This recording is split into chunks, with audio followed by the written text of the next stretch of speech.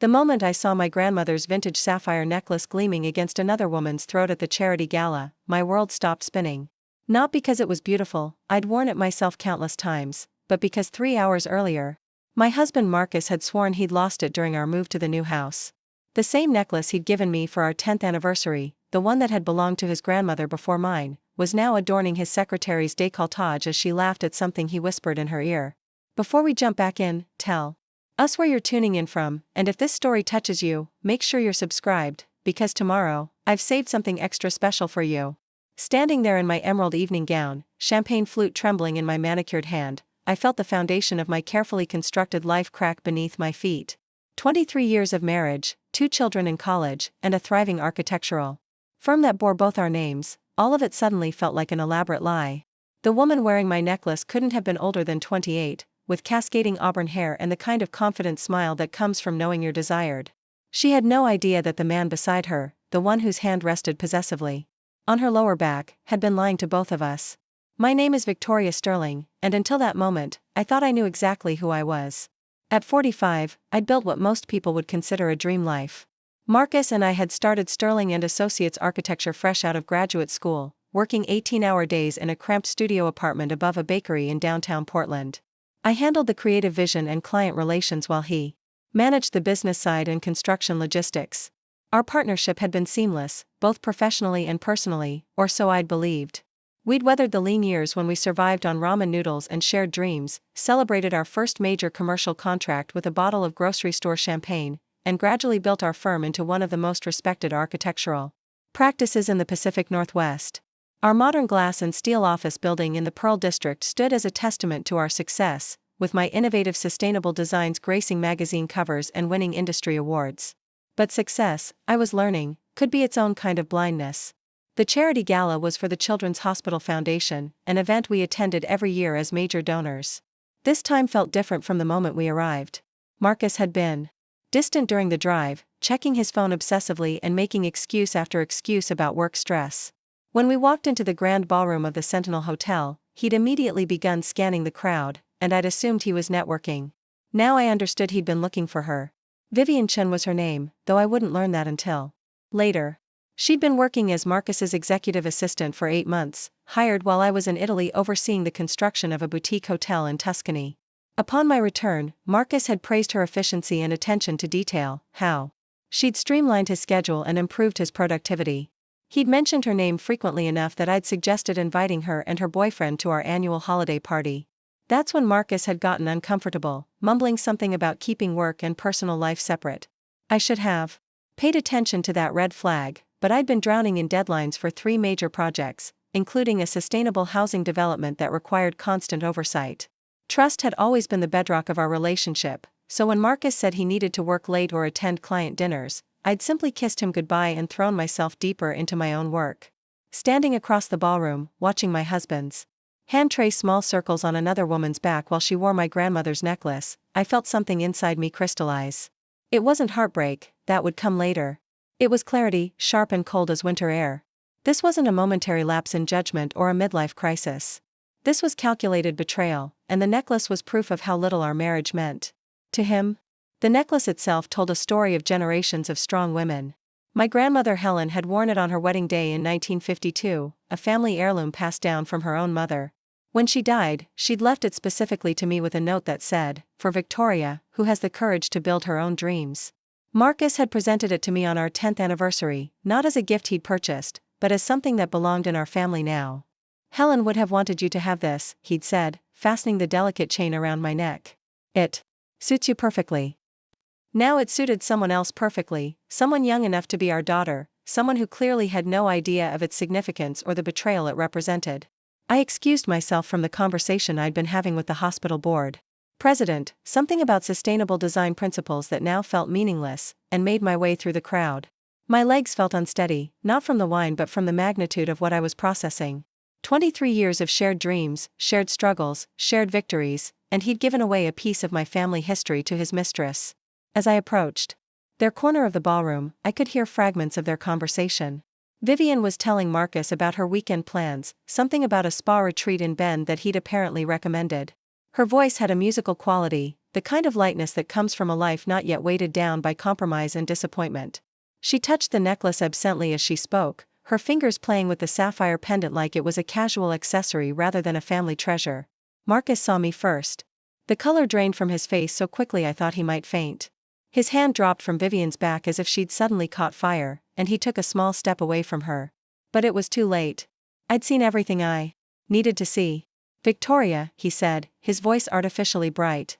I was just telling Vivian about the hospital project we're bidding on. Vivian turned toward me with a warm smile that was either completely genuine or expertly crafted. She was even more beautiful up close, with flawless skin and intelligent dark eyes. Everything about her screamed success and ambition, from her perfectly tailored black cocktail dress to her confident posture. She was exactly the kind of woman Marcus would be attracted to, young, accomplished, and impressed by his achievements. Mrs. Sterling, she said, extending her hand. It's so wonderful to finally meet you. Marcus talks about you all the time. I shook her hand, noting how soft her palm was, how her engagement ring finger was conspicuously bare. My eyes went immediately to the necklace, and I saw her notice my gaze. She touched it self-consciously, a small smile playing at her lips. It's beautiful, isn't it, she said. Marcus gave it to me for my birthday last week. He said it belonged to his grandmother, that it needed someone young enough to do it justice. The lie hit me like a physical blow. Not only had he given away my family heirloom, but he'd rewritten its history to make himself look generous and romantic. Helen Sterling had never been Marcus's grandmother, she'd been mine, and she'd despised him from the moment they met. That boy has weak character, she'd told me before our wedding. Mark my words, Victoria. When things get difficult, he'll take the easy way out. I defended him then, convinced that Helen was being unfairly judgmental. She'd grown up during the Depression, married a man who died in Korea, and raised 3 children on her own while working as a seamstress. Her expectations for men were impossibly high, I'd thought. But standing there, looking at her necklace on another woman's throat, I realized Helen had seen something in Marcus that love had blinded me to. It's lovely, I managed to say, my voice sounding normal despite the storm raging inside me. You wear it well. Marcus was watching this exchange with barely concealed panic, probably trying to calculate how much damage control he'd need to do later. He kept opening his mouth as if to speak, then closing it again, like a fish gasping for air. The confident businessman who commanded respect in boardrooms and charmed clients at dinner parties had been reduced to a nervous adolescent caught in a lie. I should get back to the auction, I said finally. They're about to start bidding on the vacation packages. I turned and walked away with as much dignity as I could muster, feeling their eyes on my back. My hands were shaking so badly I had to set down my champagne glass on the first table I passed. The ballroom felt suffocating, filled with the chatter of people who had no idea that my world had just imploded. I needed air, space, time to think. The hotel's terrace was mercifully empty, the October evening too cool for most guests. I leaned against the stone balustrade and looked out over the city lights, trying to process what I'd just experienced. 23 years of marriage don't end in a single moment, but they can be redefined by one. Everything I thought I knew about my life, my marriage, my future, all of it was now suspect. My phone buzzed with a text message. It was from Marcus, we need to talk. Meet me by the coat check in 5 minutes. I stared at the message for a long moment, then deleted it without responding. He could wait. For 23 years, I'd been responsive to his needs, his schedule, his crises. Tonight, he could experience what it felt like to be ignored. Instead, I called our daughter Emma at Stanford. She answered on the second ring, her voice bright with the kind of energy that comes from being 20 and convinced the world is full of possibilities. Mom, how's the fancy charity thing? Are you wearing the necklace? The question hit me like a slap. Emma had always loved that necklace, had begged to try it on whenever I wore it to special events. I'd promised her that someday it would be hers, continuing the tradition of passing it down through generations of strong women in our family. Not tonight, sweetheart, I said, surprised by how steady my voice sounded. Tell me about your classes. How's the structural engineering course going? We talked for 10 minutes about her studies, her friends, her plans for winter break. Her voice was like a lifeline, reminding me that my life contained more than just my marriage. I'd raised 2 incredible children who were making their own marks on the world. I'd built a successful business from nothing. I designed buildings that would outlast me by decades. Marcus hadn't created those achievements, I had. When I finally returned to the ballroom, Marcus was waiting by the entrance, his face a mask of forced calm. He guided me to a quiet corner, his hand on my elbow in what probably looked like a loving gesture to observers. Victoria, we need to discuss what just happened, he began, his voice low and urgent. What exactly happened, Marcus? I asked, meeting his eyes directly. Because from where I stood, it looked like your secretary was wearing my grandmother's necklace. The one you told me you lost during the move. He had the grace to look ashamed, at least. His shoulders sagged slightly, and he ran his hand through his graying hair, a nervous habit I'd found endearing for over 2 decades. It's complicated, he said finally. Complicated how? You either gave my family heirloom to another woman, or you didn't. That seems fairly straightforward to me. Vivian's been going through a difficult time, he said, as if that explained anything. Her father died suddenly last month, and she's been struggling. I thought having something beautiful might help her feel better. The rationalization was so weak it was almost insulting. So you decided to help her feel better by giving away something that belongs to our family? Something that was supposed to go to Emma someday? I was going to tell you, he said, but even he didn't sound convinced by his own words. When? After she wore it to our anniversary party next month? After Emma graduated and asked why she couldn't have her great-grandmother's necklace? People were starting to notice our intense conversation. I could see curious glances from other guests, the kind of subtle attention that society events generate when they sense drama brewing. This was neither the time nor the place for a confrontation, but Marcus had forced my hand by bringing his mistress here wearing my jewelry. We'll discuss this at home, I said firmly. Get the necklace back from her tonight, or I will. His face went pale. Victoria, please. You don't understand the situation. Then explain it to me. In detail. Tonight. The drive home was silent except for the sound of rain beginning to hit the windshield. Our house in the West Hills was a monument to our success, a modern masterpiece I designed with floor-to-ceiling windows that offered sweeping views of the city below. We'd built it 5 years ago when the kids left for college, thinking it would be our forever home, the place where we'd grow old together surrounded by the fruits of our labor. Now it felt like a mausoleum. Marcus poured himself a scotch the moment we walked in the door, his hands shaking slightly as he held the crystal tumbler. I kicked off my heels and sat on the white leather sofa we'd chosen together in Italy, waiting for him to find the courage to tell me the truth. How long? I asked when the silence became unbearable. How long what? Don't insult my intelligence, Marcus. How long have you been sleeping with her? He drained half his scotch before answering. 6 months. 6 months. While I'd been working 18-hour days to secure the Portland Museum expansion project. While I'd been flying back and forth to Los Angeles to oversee the construction of a luxury hotel. While I'd been trusting him to hold down the fort at home and at the office. Is she the first? Another long pause. Another sip of scotch. No.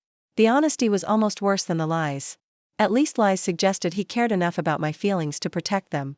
This blunt admission felt like he'd given up pretending our marriage mattered to him. How many others? Victoria, please. What good will this do? Answer the question. 3. Maybe 4. I don't know if you'd count Sarah from the planning commission, we only went to dinner a few times. Sarah Mitchell. I remembered her now, a divorced city planner in her 30s who'd been unusually helpful when we were navigating the permitting process for the waterfront development. Preparing and narrating this story took us a lot of time, so if you are enjoying it, subscribe to our channel, it means a lot to us. Now back to the story. I'd even sent her a thank you gift basket, thinking she was just being professional. And the others? He looked miserable, but he kept talking. Rebecca from the bank where we had our business accounts. Maria, a contractor we'd worked with on several projects. And now Vivian, young enough to be our daughter, wearing my grandmother's necklace like a trophy. Why? The question came out as barely a whisper. Marcus set down his glass and sat across from me, leaning forward with his elbows on his knees.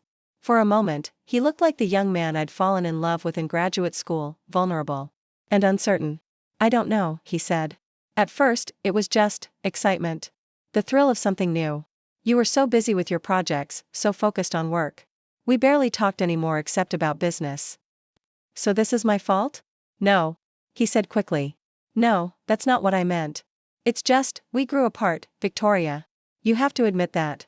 When was the last time we went away together? When was the last time we had dinner without discussing work? He wasn't wrong about the distance between us, but his solution to marital drift had been infidelity while mine had been work. I'd poured my energy into creating beautiful buildings, contributing something meaningful to the world. He'd poured his into meaningless affairs with women who saw him as a successful older man rather than a partner in life's struggles. And the necklace? He winced.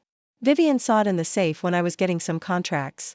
She commented on how beautiful it was, and I I wanted to do something special for her birthday. Something that showed how much she meant to me. More than I mean to you, apparently. That's not true. Then why is she wearing my grandmother's necklace? While I sit here finding out about years of lies? He didn't have an answer for that. We sat in silence for several minutes, the weight of 23 years of shared history pressing down on us. Outside, the rain had intensified, drumming against the windows with increasing urgency. What happens now? He asked finally. I'd been asking myself the same question since the moment I saw Vivian at the gala. What did happen when your entire life revealed itself to be built on lies? When the person you'd trusted most in the world turned out to be a stranger? I don't know, I admitted. I need time to think. Do you want me to sleep in the guest room? The question felt absurd. We owned a 4-bedroom house, and he was asking permission to sleep in a different room as if that would somehow fix the damage he'd done. I want you to get my necklace back, I said instead. Tonight. Victoria, it's past midnight. I can't just call her. Text her. I don't care how you do it, but that necklace belongs in this house by morning. His jaw tightened. What am I supposed to tell her? Tell her the truth. Tell her it was never yours to give away. Marcus pulled out his phone reluctantly, staring at it as if it contained some magical solution to his problems. Finally, he began typing. I watched his thumbs move across the screen, wondering what words he could possibly find to explain this situation to his young mistress. What did you say? I asked when he finished. That there was a misunderstanding about the necklace. That it needs to be returned to the family immediately. And? His phone buzzed with a response. He read it and grimaced. She wants to know what kind of misunderstanding. She's confused because I told her it was a family heirloom that I wanted her to have. Tell her the truth, Marcus. Tell her it belongs to my family, not yours. Another exchange of messages. This time, Marcus's face went from pale to ashen. She's upset. She says she doesn't understand why I'd give her something that wasn't mine to give. Because you're a liar and a cheat, I said matter-of-factly. Though I suppose she's just figuring that out. His phone rang. Vivian's name appeared on the screen, and Marcus looked at me questioningly. Answer it, I said. Put it on speaker. Marcus? Vivian's voice filled our living room, high and strained. What's going on? I don't understand why you're asking for the necklace back. Is this because your wife saw me wearing it tonight? I almost admired her directness. She wasn't playing dumb or pretending innocence. She knew exactly what the situation was. Vivian, Marcus began, but she cut him off. Are you ending things between us? Because if you are, just say so. Don't make up some story about a misunderstanding. It's not a story, I interjected, leaning toward the phone. The necklace belonged to my grandmother. It was never Marcus's to give away. There was a long silence on the other end of the line. When Vivian spoke again, her voice was different, harder, more calculating. Mrs. Sterling. I didn't realize. You were listening. It's my house. My marriage. My family heirloom. I think I have a right to listen. Of course. I had no idea the necklace wasn't Marcus's to give. He told me it belonged to his grandmother. He lied. About that and probably about many other things. Another pause. I see. Well, this changes everything, doesn't it? For you, maybe? For me, it just confirms what I already suspected. I'll bring the necklace to the office on Monday, Vivian said. And Marcus, don't call me again. The line went dead, leaving Marcus and me alone with the weight of what had just happened. His mistress had shown more integrity in 5 minutes than he had in 6 months of lying.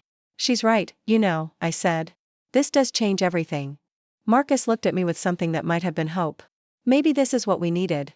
A wake-up call. We can start over, work on our marriage, go to counseling. The suggestion was so naive it was almost touching. As if 23 years of partnership could be rebuilt with a few therapy sessions and good intentions.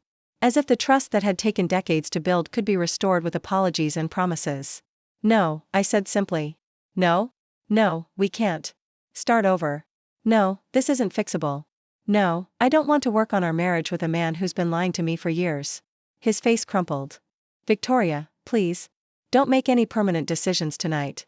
You're emotional, understandably so, but I'm not emotional, I interrupted, surprised by how true that was. I'm clear-headed for the first time in years. This marriage has been over for a long time, Marcus.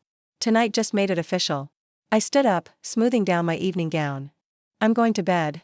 Tomorrow, we start figuring out how to disentangle our lives. What about the business? The question stopped me in my tracks. Sterling and Associates wasn't just our livelihood, it was our life's work.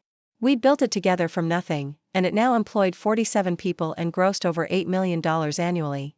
The thought of dividing it, of potentially destroying what we'd created, made my chest tight with anxiety. We'll figure it out, I said, though I had no idea how. Victoria, the business is everything to me. You know that. More than our marriage, apparently. That's not fair. Fair? I turned to face him fully. You want to talk about fair? Is it fair that I've spent 23 years building a life with someone who's been lying to me? Is it fair that your secretary knows more about your daily activities than your wife does? Is it fair that you gave away my grandmother's necklace to a woman barely older than our daughter? He didn't answer, which was answer enough. I went upstairs to our master bedroom, the space I designed as a sanctuary with its spa-like bathroom and sitting area overlooking the city. Everything about the room spoke of the life I'd thought we were building together: the custom furniture we'd chosen in Milan, the artwork we'd collected over years of travel, the photographs of our children at various stages of their lives. Now it all felt like evidence of a life I'd never actually lived. I changed out of my evening gown and hung it carefully in the walk-in closet, wondering if I'd ever have occasion to wear it again. The thought of attending social events alone, of explaining our divorce to friends and colleagues, of rebuilding my social life at 45, felt overwhelming. But not as overwhelming as the prospect of staying married to a man I could never trust again. I lay in bed listening to Marcus move around downstairs, probably having another drink and contemplating the ruins of his comfortable life. He'd gambled everything: our marriage, our family, our business, for the thrill of meaningless affairs. Now he'd have to live with the consequences. As for me, I'd have to figure out how to rebuild a life I'd thought was already complete. The challenge felt daunting but not impossible. I'd started from nothing before and built something extraordinary. I could do it again. The last thing I remember thinking before sleep finally claimed me was that Helen's necklace would be home soon, and maybe that was the most important thing of all. Some traditions were worth preserving, even when everything else fell apart. Monday morning arrived with the weight of inevitability. I woke before dawn, my body clock still functioning despite the earthquake that had shattered my personal life. Marcus was already gone from the guest room when I checked, probably fleeing to the office early to avoid the awkwardness of our morning routine. 23 years of shared coffee and newspaper discussions had ended with the discovery of a necklace on another woman's throat. I dressed carefully in my favorite charcoal suit, the one that made me feel powerful in client meetings. Today I would need every ounce of confidence I could muster. The mirror reflected a woman who looked composed and professional, giving no hint of the turmoil beneath the surface.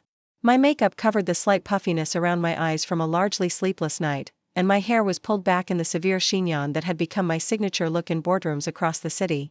The drive to our office building in the Pearl District felt different this morning. Streets I'd traveled thousands of times suddenly seemed foreign, as if the revelation of Marcus's betrayal had altered the very landscape of my life. Our building stood 37 stories tall, a gleaming testament to sustainable architecture that had won numerous awards and been featured in Architectural Digest.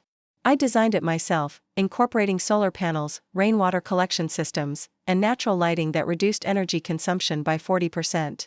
Now I wondered if I'd still have an office here by the end of the week. The elevator ride to the 28th floor felt endless.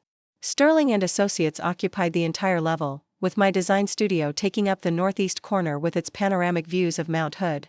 Marcus's office was directly across the hall, and I could see through his glass walls that he was already at his desk, probably trying to manage the crisis I represented to his carefully ordered world. My assistant Jennifer looked up nervously as I approached my office. She'd been with the firm for 12 years, and I could tell from her expression that something was wrong. Office gossip traveled fast, and news of my confrontation with Vivian at the charity gala had probably reached every corner of the building by now. "Good morning, Victoria," she said carefully. "Your 9 o'clock appointment with the museum board has been moved to 10:30. And there's a package on your desk that was delivered early this morning." I thanked her and closed my office door, grateful for the privacy that the frosted glass panels provided. The package sat in the center of my pristine desk, a small jewelry box wrapped in tissue paper with no return address. My hands trembled slightly as I opened it, though I already knew what I would find inside. Helen's necklace lay nestled in white silk, the sapphires catching the morning light that streamed through my floor-to-ceiling windows. There was no note, no explanation, just the jewelry that had started this entire nightmare. I lifted it carefully, feeling the familiar weight of the gold chain and the smooth coolness of the stones. For generations of women in my family had worn this necklace to mark their most important moments, and now it had become evidence of my husband's betrayal.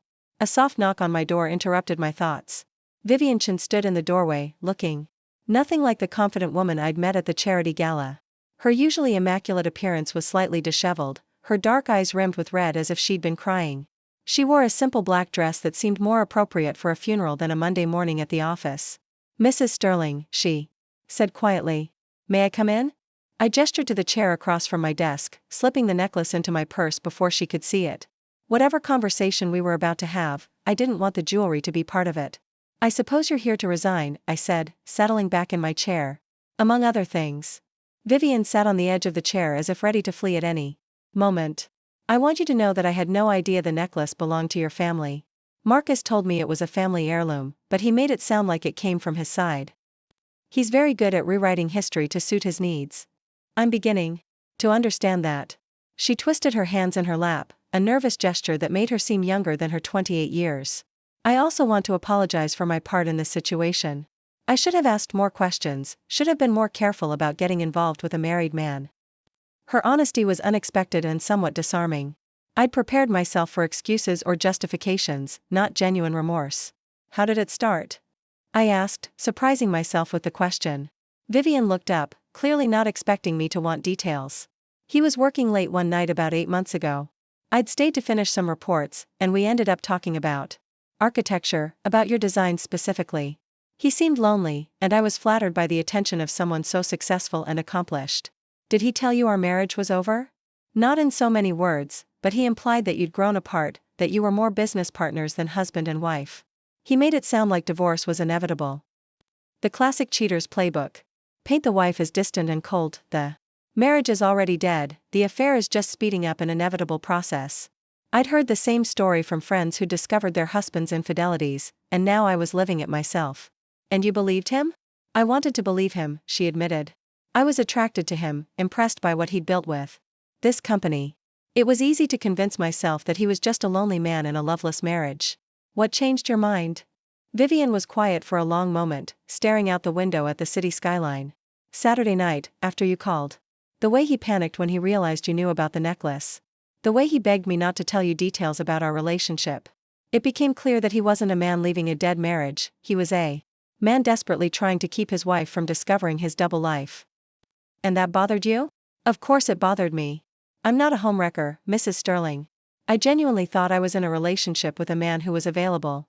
Finding out I was just the latest in a series of affairs, it made me feel cheap and used." I studied her face, looking for signs of deception or manipulation, but she seemed genuinely remorseful.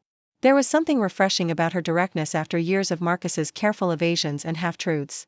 "What are your plans now?" I asked. "I'm resigning, effective immediately. I've already cleared out my desk and returned my company laptop and access cards to HR. I can't work here anymore, knowing what I know about Marcus and what my presence would mean for you." "That's probably wise. I've also ended things with Marcus completely. I blocked his number and made it clear that any attempt to contact me would result in a harassment complaint." "Good for you." Vivian stood up, smoothing down her dress. "I know this doesn't fix anything, and I know you have no reason to believe me, but I am truly sorry for the pain I've caused. You didn't deserve any of this." After she left, I sat alone in my office trying to process the conversation. Vivian's resignation solved one immediate problem but created another. She'd been Marcus's right hand for 8 months, managing his schedule and client communications. Her sudden departure would raise questions among the staff and potentially create complications with ongoing projects. More importantly, her honesty had crystallized something for me. If a 28-year-old woman could recognize that Marcus was lying and manipulating her, what did that say about my willingness to overlook red flags in my own marriage? How many signs had I missed or chosen to ignore over the years? My intercom buzzed. "Victoria," Jennifer's voice came through the speaker. "Marcus is here to see you. Send him in." Marcus entered my office looking haggard, as if he'd aged 5 years overnight. His usually perfect appearance was rumpled around the edges, his tie slightly askew, his shirt wrinkled, his expensive haircut in need of styling. He closed the door behind him and stood awkwardly by my desk, clearly uncertain how to begin. "Vivian just resigned," I said, saving him the trouble of finding an opening. "I know. HR called me." He sat down heavily in the chair Vivian had just vacated. "Victoria, we need to talk about what this means for the business. What it means is that you'll need to find a new assistant." "That's not what I meant, and you know it." I leaned back in my chair, studying the man I'd been married to for over 2 decades. In the harsh morning light, I could see every line on his face, every gray hair at his temples. He looked older than his 47 years, worn down by the stress of maintaining multiple lives and the exhaustion of constant deception. What did you think was going to happen, Marcus? That I'd just accept your affairs and we'd continue on. As if nothing had changed? I thought. I hoped we could work through this. Get counseling, rebuild our trust. Our trust? I laughed, but there was no humor in it. Trust is built on honesty, and you've been lying to me for years. There's nothing left to rebuild. What about the business? We've worked too hard to let personal problems destroy what we've built. There it was, the real reason for his visit.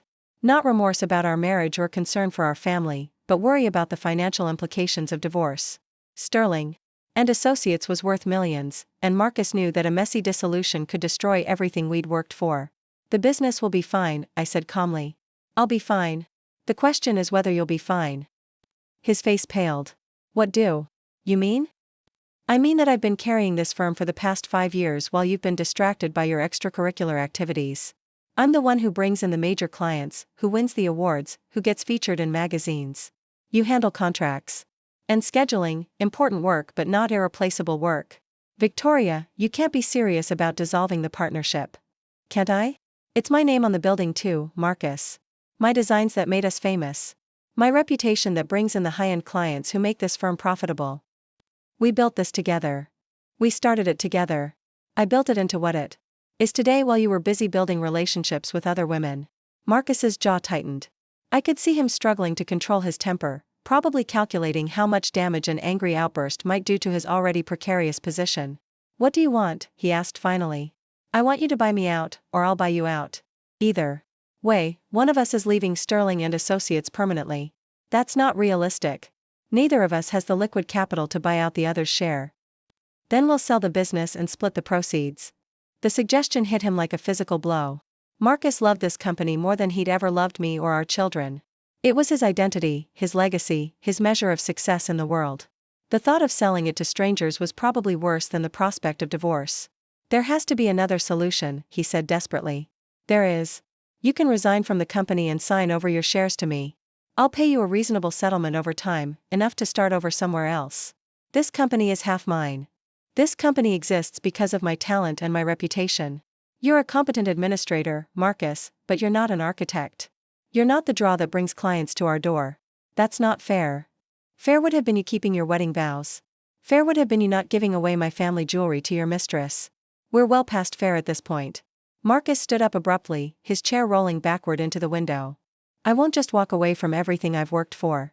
Then you'll be dragged away from it in a very public and expensive divorce proceeding. Your choice. You're bluffing. Am I? I opened my desk drawer and pulled out a business card. I called Margaret Hutchinson this morning. She's expecting to hear from me by the end of the week with details about our assets and the terms I'm willing to accept. Margaret Hutchinson was the most feared divorce attorney in Portland, known for her scorched-earth approach to dissolving marriages. She'd represented several high-profile clients in cases that had made headlines for their viciousness and financial complexity.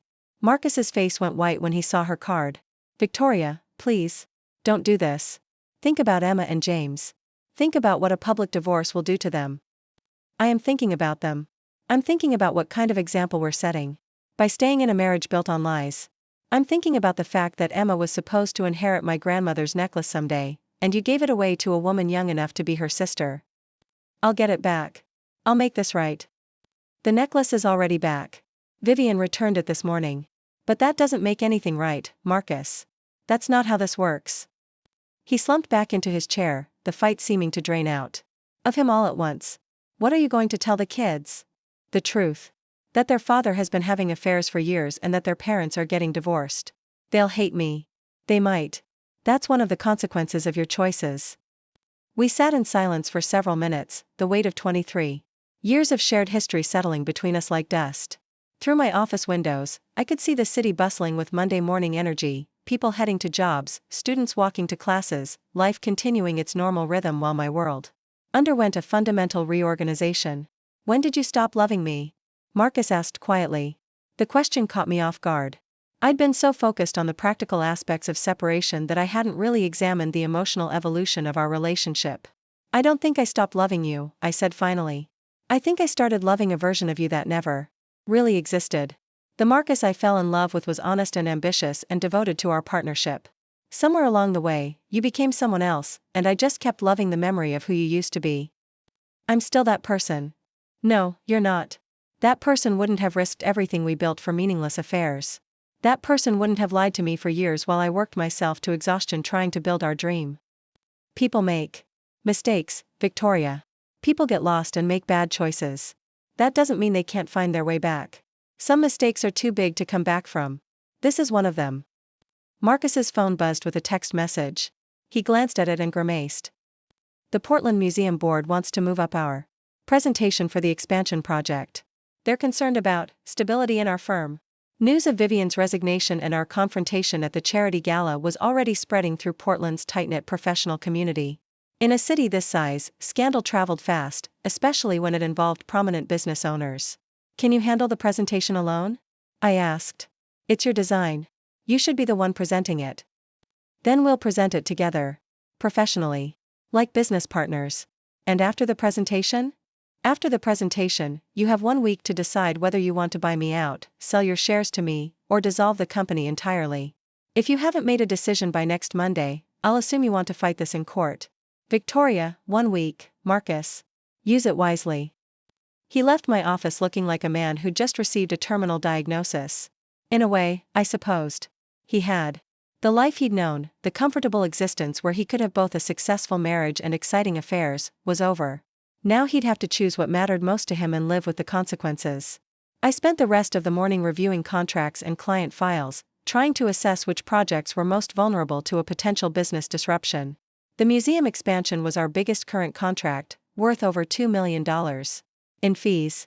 The waterfront hotel project was in its final stages but still required significant oversight. The sustainable housing development was my passion project, something that could serve as a model for environmentally responsible urban planning. All of it could be jeopardized by a messy divorce and business dissolution. My phone rang just before lunch. The caller ID showed Emma's number, and my heart sank. College students didn't typically call their parents on Monday mornings unless something was wrong. Mom? Emma's voice was tight with concern. I just got off the phone with Dad. He said you two are having problems. I closed my eyes, wondering what version of events Marcus had shared with our daughter. We're going through a difficult time, sweetheart. He said it was a misunderstanding, that you're talking about divorce over something that can be fixed. Is that true? Leave it to Marcus to characterize years of adultery as a misunderstanding that could be easily resolved. I'd promised to tell the children the truth, but I hadn't expected to have that conversation quite so soon. It's more complicated than that, Emma. Your father and I have fundamental differences that can't be resolved. What kind of differences? You've been together my entire life. You built a business together. You seemed happy. Sometimes people grow apart, and sometimes one person makes choices that damage the relationship beyond repair. What choices? Mom, you're being cryptic, and it's scaring me. I looked out my office window at the bustling city below, thinking about how to explain adult betrayal to my idealistic 20-year-old daughter. Emma still believed in fairy tale endings and true love. She'd grown up watching Marcus and me work together, thinking we were the perfect partnership. The reality of his affairs would shatter her illusions about marriage and family. Your father has been unfaithful, Emma. For several years. I discovered it this weekend, and I can't continue our marriage knowing what I know. The silence on the other end of the line stretched for so long I wondered if the call had been dropped. Emma? Are you there? I'm here. Her voice was small and hurt. How many times? Multiple affairs over several years. With who? That doesn't matter. What matters is that your father broke our trust in a way that can't be repaired. But you love each other. You've been together forever. Can't you work it out? Love isn't always enough, sweetheart. Sometimes respect and trust matter more than love, and those things are gone from our marriage. Emma was crying now, soft sobs that broke my heart. What happens to our family? You and James will always be our children. That never changes, no matter what happens between your father and me. We'll figure out holidays and visits and all the practical things. The important thing is that both of us love you and want to maintain our relationships with you. I can't believe this is happening. You and Dad are supposed to be the stable ones. You're supposed to stay together forever. I know it's a shock. It was a shock to me too. Are you okay? I mean, are you handling this all right? The question made my throat tight with emotion. Even in her own pain, Emma was worried about me. I'm sad and angry and confused, but I'll be okay. I'm stronger than you might think. Should I come home?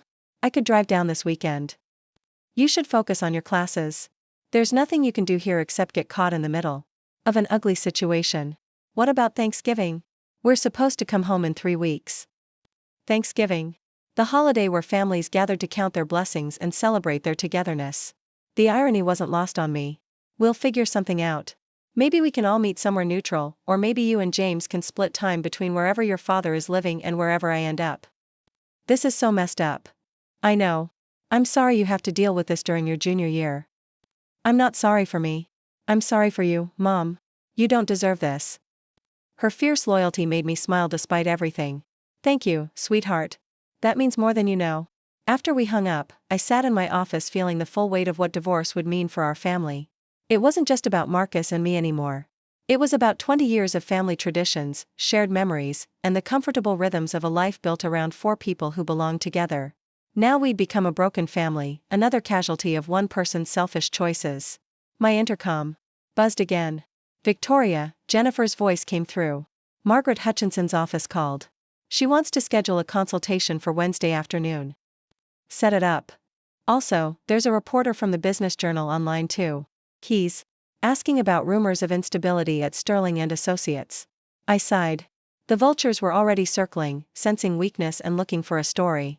In a city like Portland, the troubles of a prominent architectural firm would be newsworthy, especially if they involved scandal and divorce. Tell him we have no comment. At this time. Will do. And Victoria? The staff is starting to ask questions about Vivian's sudden departure and whether there are going to be layoffs. Schedule an all-hands meeting for Thursday morning. I'll address everyone's concerns then. The afternoon brought a parade of phone calls from concerned clients, worried subcontractors, and curious colleagues. Word was spreading quickly through Portland's architectural community that something major was happening at Sterling and Associates.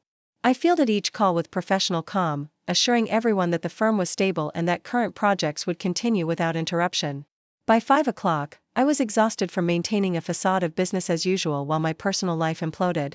Marcus had avoided my office all day, probably holed up in his corner suite trying to figure out how to salvage his position. The rest of the staff had gone home, leaving the office eerily quiet except for the hum of the building's mechanical systems. I was packing up my briefcase when my phone rang one more time. The caller ID showed my son James's number from his dorm. At USC. Hey, Mom. His voice was carefully neutral, the tone he used when he was trying not to take sides in a conflict. Hi, sweetheart. How are your classes going? They're fine. Emma called me about you and Dad. Of course she had. The siblings had always been close, sharing everything from childhood secrets to college anxieties. I'd expected Emma to reach out to her brother as soon as our conversation ended. I'm sure she's upset. We both are. But I wanted you to know that I'm not surprised.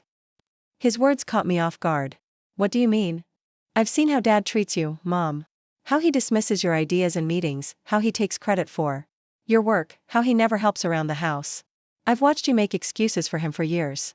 James, I'm not finished. Last summer when I was interning at the firm, I saw him having lunch with that woman from the bank. Rebecca something. They were holding hands and looking pretty cozy for a business meeting. My heart sank. Rebecca Mitchell, the loan officer Marcus had had an affair with 2 years ago. My 19-year-old son had witnessed his father's infidelity. And said nothing, probably trying to protect me from painful knowledge. Why didn't you tell me? What was I supposed to say? Hey Mom, I think Dad's cheating on you? I hoped I was wrong, that maybe they were just friends or maybe it was innocent. But deep down, I knew what I was seeing. I'm sorry you had to carry that burden. I'm not sorry I know the truth. I'm sorry it took you this long to find out. James sounded older than his 19 years, aged by the knowledge of his father's failings and his mother's pain. Are you going to be okay financially? I know the business is complicated. I'll be fine. I may end up starting over, but I've done it before. Do you need me to come home? No, stay in school. Focus on your studies and your friends. This is between your father and me. Mom, yes? I'm proud of you for not putting up with his crap anymore. You deserve better than what he's given you. After James hung up, I sat alone in my office as darkness fell over the city. The building's automatic lighting system had kicked in, casting long shadows across my design studio. 28 floors below, Portland's evening rush hour was in full swing, thousands of people heading home to families and relationships I'd once envied for their apparent simplicity. I thought about the path that had brought me to this moment. The young woman who'd fallen in love with Marcus Sterling had been full of dreams and ambitions, ready to conquer the world with her brilliant designs and boundless energy. She'd believed that love and hard work could overcome any obstacle, that partnership meant equality and mutual respect. That woman had been naive in ways that both protected and limited her. She'd trusted completely and loved without reservation, giving Marcus the benefit of the doubt even when evidence suggested she shouldn't. She'd sacrificed her own needs for the sake of their partnership, both personal and professional, thinking that selflessness was the same thing as love.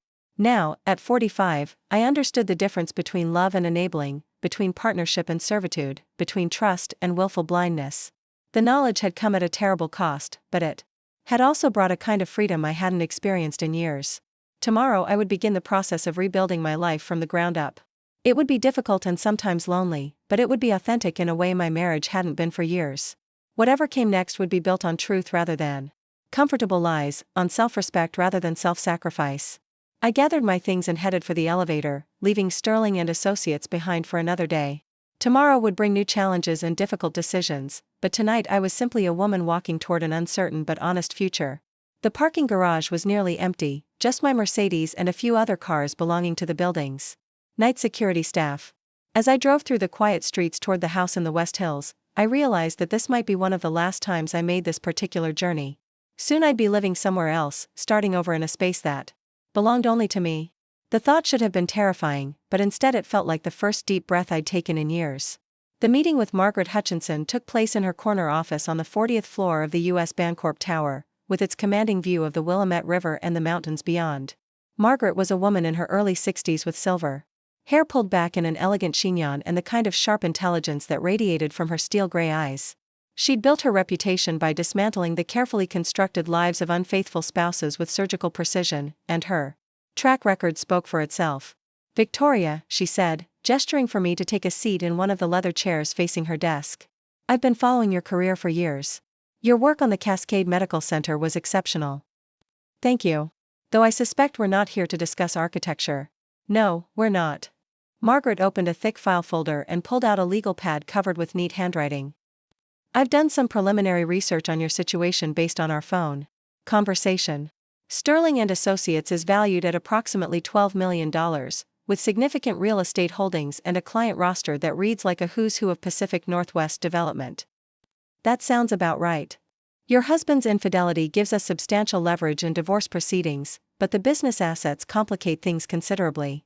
Oregon is a no-fault divorce state, which means adultery doesn't automatically affect property division, but it can influence judicial decisions when combined with other factors." Margaret leaned back in her chair, studying me with the intensity of a chess master planning her next several moves. "Tell me about the power dynamics in your marriage and business partnership. Who makes the major decisions? Whose reputation drives client acquisition? Who would the business survive without?" I spent the next hour detailing the evolution of Sterling and Associates, from our humble beginnings in a studio apartment to our current status as one of Portland's premier architectural firms.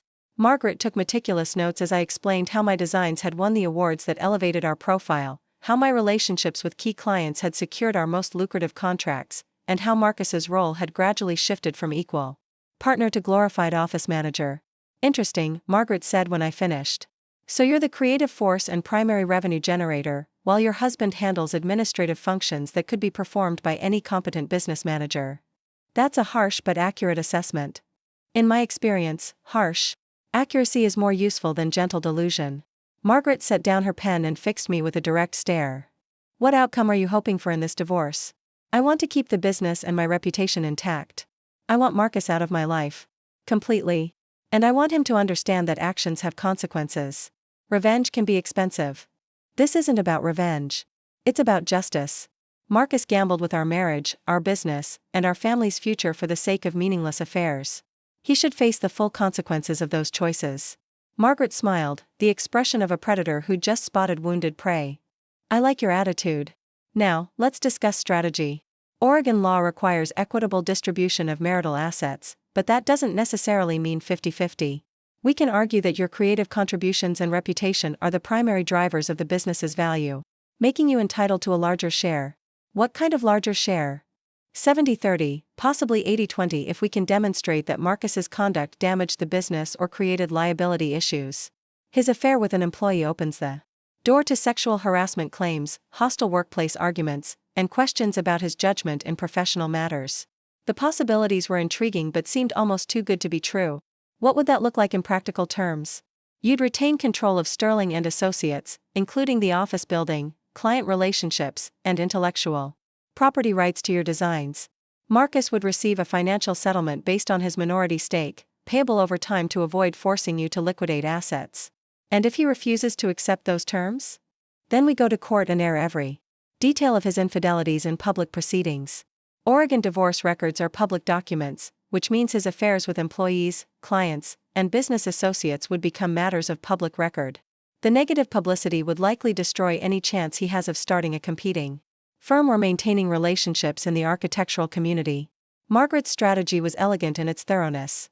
Marcus would have two choices: accept a minority settlement and fade quietly into obscurity, or fight the divorce and watch his reputation get shredded in public court proceedings. Either way, his comfortable life of having everything both ways was over. What's your retainer? I asked. $50,000, with additional fees billed at $400 per hour. Given the complexity of your assets and your husband's likely resistance, I estimate total costs between $100,000 and $200,000. It was a substantial investment, but Margaret's reputation suggested it would be money well spent. Draw up the papers.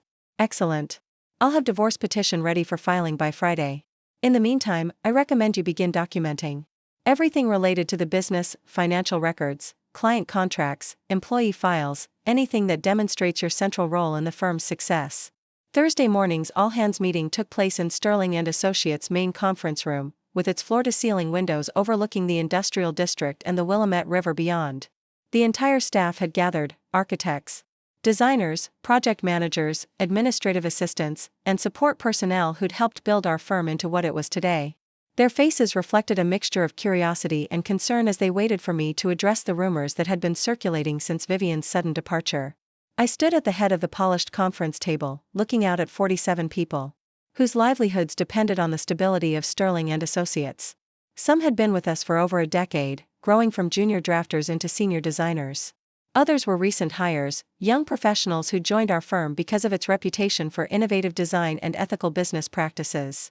I'm sure you've all heard rumors about changes happening at our firm, I began, my voice carrying clearly through the room. I want to address those concerns directly and honestly. Marcus sat at the far end of the table, his face carefully neutral. We'd agreed that I would handle the staff meeting while he focused on client communications, but his presence felt like a weight in the room. Marcus and I are going through a divorce, I continued, watching as shocked murmurs rippled through the assembled staff. This is obviously a difficult personal situation, but I want to assure everyone that it will not affect the stability or future of Sterling and Associates. Jennifer, my longtime assistant, raised her hand tentatively. What does this mean for our current projects? Are there going to be any disruptions to client relationships? All current projects will continue without interruption. Our client relationships remain strong, and our commitment to excellence in design and execution is unchanged. The Portland Museum expansion, the waterfront hotel project, and the sustainable housing development are all moving forward on schedule. David Chen, one of our senior architects, looked troubled. Will there be layoffs or restructuring? No layoffs are planned. In fact, we may be hiring additional staff to handle our growing project load. I glanced toward Marcus, whose jaw tightened almost imperceptibly. However, there will be some changes in company leadership structure over the coming months. What kind of changes? Asked Sarah Williams, our lead project manager. This was the moment I'd been dreading and anticipating in equal measure. I will be assuming full operational control of Sterling and Associates. Marcus will be transitioning out of his role as co-managing partner to pursue other opportunities. The silence that followed was deafening. These people had worked for both of us for years, seeing us as equal partners in both marriage and business. The idea of the firm continuing without one of its founding members was clearly difficult to process. Marcus cleared his throat, and all eyes turned toward him. Victoria is absolutely right that this transition won't affect the quality of our work or our commitment to our clients. I have complete confidence in her leadership and vision for the future of the firm. His words were gracious, but I could hear the underlying bitterness. He was playing the role of the cooperative ex-partner while probably planning his next move behind the scenes. When will this transition take place? Asked Robert Kim, our senior structural engineer. Over the next few months, I replied. We'll be working together to ensure a smooth handover of Marcus's responsibilities and client relationships. In the meantime, it's business as usual for everyone. The meeting lasted another 30 minutes, with staff members asking detailed questions about project timelines, client communications, and administrative procedures. I answered each question as thoroughly as possible, trying to project confidence and stability even as my personal life imploded around me. After the staff dispersed, Marcus lingered in the conference room, his face a mask of controlled anger. "You ambushed me," he said quietly, glancing toward the open door to ensure we wouldn't be overheard. "I told you exactly what would happen. If you didn't make a decision about your future with the firm, I haven't had time to evaluate my options. You've had 4 days. How much time do you need to decide whether you want to fight me for control of a business you've been neglecting for years?" Marcus moved closer, lowering his voice to a harsh whisper. "You're making a mistake, Victoria. I know where all the bodies are buried in this company. Financial irregularities, safety shortcuts, client relationships built on promises we couldn't keep. You don't want me as an enemy." His threat was so blatantly manipulative that I almost laughed. "Are you seriously trying to blackmail me with information about legal shortcuts that you approved? Financial decisions that you signed off on? Client promises that you made? I'm trying to make you understand that destroying me will destroy this company too. The only thing that will destroy this company is continued association with someone who's demonstrated such poor judgment in his personal life. Do you really think our clients want to work with an architect who can't be trusted to keep his wedding vows? My personal life is irrelevant to my professional competence. Is it? Because I'm pretty sure the Portland Museum Board will be very interested to learn that their project manager has been having affairs with employees and giving away family heirlooms to his mistresses. I'm sure the waterfront hotel investors will be thrilled to discover that their architect has such questionable character." Marcus's face went pale. "You wouldn't. I wouldn't have to. Word travels fast in this city, Marcus. How long do you think it will take for your affairs to become common knowledge in Portland's business community?" "Victoria, please.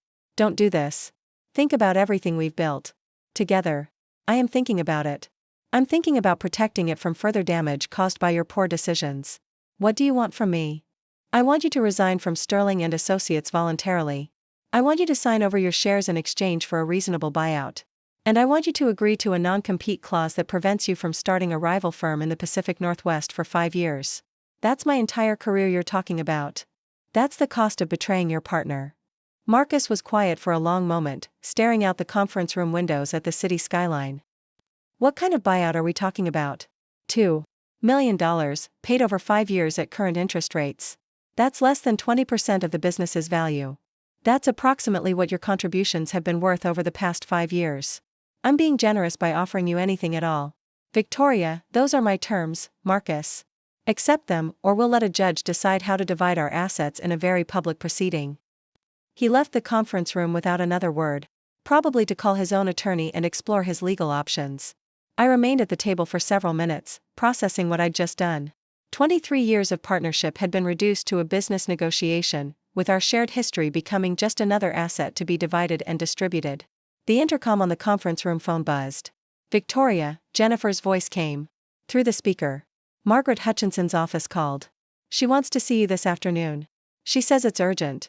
Margaret's urgent meeting turned out to be excellent news delivered with her characteristic directness. "I've been making inquiries about your husband's business practices," she said, spreading a collection of documents across her desk. "It seems Marcus has been quite busy over the past few years." "What kind of busy?" "The expensive kind.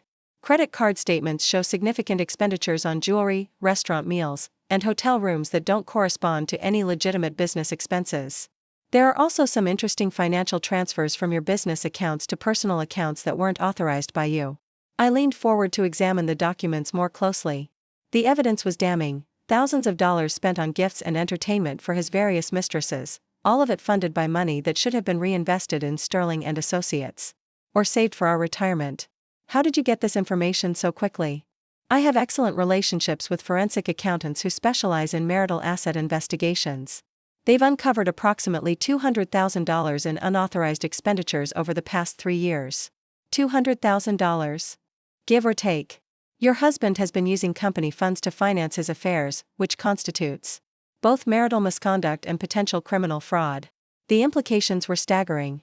Marcus hadn't just been unfaithful, he'd been stealing from our business to pay for his infidelity.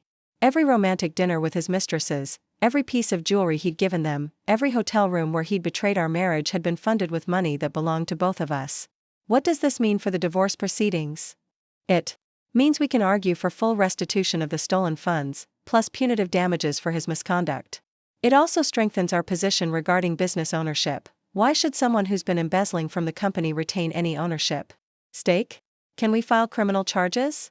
That's a possibility, though it might be more effective to use the threat of prosecution as leverage in settlement negotiations. Prison time tends to focus the mind wonderfully. Margaret's strategy was becoming clearer. Marcus would be facing not just divorce and loss of his business, but potential criminal prosecution for embezzlement. His choices were narrowing rapidly to surrender or complete destruction. What's our next move? I'll contact his attorney with our preliminary findings and give them 72 hours to respond with a settlement offer. If they want to avoid criminal charges and public humiliation, they'll advise Marcus to accept our terms. The weekend passed in a strange suspended state, with Marcus and me sharing the house like polite strangers while our attorneys negotiated the terms of our separation. He'd moved into the guest bedroom permanently and was spending most of his time either at the office or out of the house entirely. We communicated through brief, civil exchanges about practical matters: who would pick up the dry cleaning, whether to cancel our anniversary dinner reservation, what to tell the housekeeper about her schedule. Sunday evening brought a call from Margaret with the news I'd been expecting. Marcus's attorney called an hour ago, she said. They want to meet tomorrow morning to discuss settlement terms. What does that mean? It means your husband has realized he's in an untenable position. His lawyer probably explained that fighting this divorce would result in criminal charges, public humiliation, and financial ruin. Cooperation is his only viable option. What are they likely to offer? My guess is complete capitulation. Resignation from the company, transfer of his shares, acceptance of a minimal buyout, and agreement to all custody and support terms. They'll want this resolved quickly and quietly. And if I refuse their offer? Then we proceed with criminal charges and public court proceedings. But I suspect you'll find their terms quite acceptable. Monday morning's settlement meeting took place in Margaret's conference room, with Marcus and his attorney sitting across from Margaret and me like defendants at a trial. Marcus looked haggard and defeated, as if he'd aged 10 years over the weekend. His attorney, a nervous man named Philip Anderson, kept shuffling papers and avoiding eye contact. My client is prepared to offer the following terms, Anderson began, reading from a prepared statement. Complete resignation from Sterling and Associates, effective immediately. Transfer of all business shares to Mrs. Sterling in exchange for a buyout of $1.5 million, payable over 7 years. Agreement to a 10-year non-compete clause covering the Pacific Northwest region. Acknowledgement of sole fault. In the breakdown of the marriage, with Mrs. Sterling retaining all marital assets except for Mr. Sterling's personal effects and retirement accounts. Margaret reviewed the terms silently, occasionally making notes in the margins. The buyout amount is acceptable, though we'll need to adjust the payment schedule to 5 years rather than 7. The non-compete clause should be expanded to include consulting work and partnerships with existing competitors.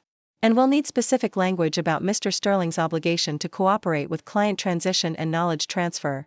Those modifications are acceptable, Anderson replied quickly. I looked across the table at Marcus, trying to read his expression. He appeared resigned rather than angry, as if he'd finally accepted the inevitable consequences of his choices. What about the embezzlement? I asked. Anderson shifted uncomfortably. My client disputes the characterization of his business expenditures as embezzlement. However, he's willing to accept personal responsibility for any inappropriate use of company funds and reimburse the firm accordingly. Full restitution plus interest? Agreed. Margaret leaned back in her chair, a satisfied expression on her face. I believe we have the framework for an agreement. I'll have final documents prepared by Wednesday for both parties to review. The meeting concluded with handshakes and artificial civility, as if we'd just completed a routine business transaction rather than dismantling 23 years of shared life. Marcus lingered after his attorney left, standing awkwardly by the conference room windows. Victoria, he said quietly. I know I don't have the right to ask for anything, but I hope you'll consider allowing me to see Emma and James during the holidays. That's between you and them. They're adults now, they can make their own decisions about their relationship with you. And us? Is there any possibility that someday? No, I interrupted. There's no possibility of reconciliation, Marcus. Too much trust has been broken, too much damage has been done. We're done. He nodded slowly, as if he'd expected that answer but needed to hear it stated explicitly. I'm sorry, Victoria. For all of it. You deserved better than what I gave you. Yes, I did. 3 days later, I sat in my office at Sterling and Associates, now legally mine alone, reviewing the final divorce decree and business transfer documents. Marcus had cleared out his office that morning, taking only his personal items and leaving behind 23 years of shared professional life. His nameplate had been removed from the directory, his access cards deactivated, his email account closed. The transformation felt surreal. The company that had been our joint creation was now entirely mine, along with all the responsibilities and possibilities that entailed. 47 employees were depending on me to provide stable leadership and continued growth. Dozens of clients were trusting me to complete their projects with the same excellence they'd come to expect from Sterling and Associates. Jennifer knocked on my door and entered with a stack of contracts requiring my signature. The Portland Museum Board approved the expansion design, she said with a smile. They loved your sustainable technology integration. That's wonderful news. Also, there are 3 new project inquiries that came in this morning. 2 residential clients and a potential office complex downtown. Set up meetings for next week. After Jennifer left, I opened my desk drawer and pulled out Helen's necklace, which I'd been keeping there since Vivian returned it. The sapphires caught the afternoon light streaming through my office windows, and I could almost feel my grandmother's presence in the room. Helen had worn this necklace through the Great Depression, World War II, and the challenges of raising 3 children alone after her husband's death. She'd understood what it meant to rebuild your life from nothing, to find strength you didn't know you possessed when circumstances demanded it. I fastened the chain around my neck, feeling the familiar weight of the pendant against my throat. This necklace had survived decades of history and would continue to be passed down through generations of strong women in our family. Emma would wear it someday, and hopefully she'd understand its significance better than I had when I'd allowed Marcus to give it away. My phone buzzed with a text message from Emma. Dad called. He told me about the divorce settlement. Are you okay? I typed back, I'm better than okay. I'm free. Good. I love you, Mom. I love you too, sweetheart. The setting sun painted the city skyline in shades of orange and gold, and I could see the evening shift workers beginning to fill the streets below. Portland was a city built on innovation and reinvention, where people came to start over and create something meaningful from nothing. I'd been here for over 2 decades, but in many ways, my real life in this city was just beginning. Tomorrow would bring new challenges and opportunities. There would be clients to impress, projects to complete, employees to support, and a business empire to expand. There would also be loneliness and doubt, the inevitable struggles of starting over at 45. But tonight, I was simply a woman who'd taken back control of her own life. I'd faced betrayal and chosen strength over bitterness, justice over revenge, independence over comfortable lies. The future was uncertain but entirely my own to shape. I gathered my things and headed for the elevator, leaving Sterling and Associates behind for another day. The building would still be here tomorrow, along with the team of talented professionals who'd helped make it successful. The difference was that now it all belonged to someone who'd proven she wouldn't sacrifice her self-respect for the sake of keeping peace. As I drove through the quiet streets toward my new apartment in the Pearl District, a temporary space while I searched for a permanent home, I realized that Marcus had given me an unexpected gift. His betrayal had forced me to discover my own strength, to claim my rightful place as the creative force behind our success, and to build a life based on truth rather than compromise. The necklace felt warm against my skin, a tangible connection to the generations of resilient women who'd worn it before me.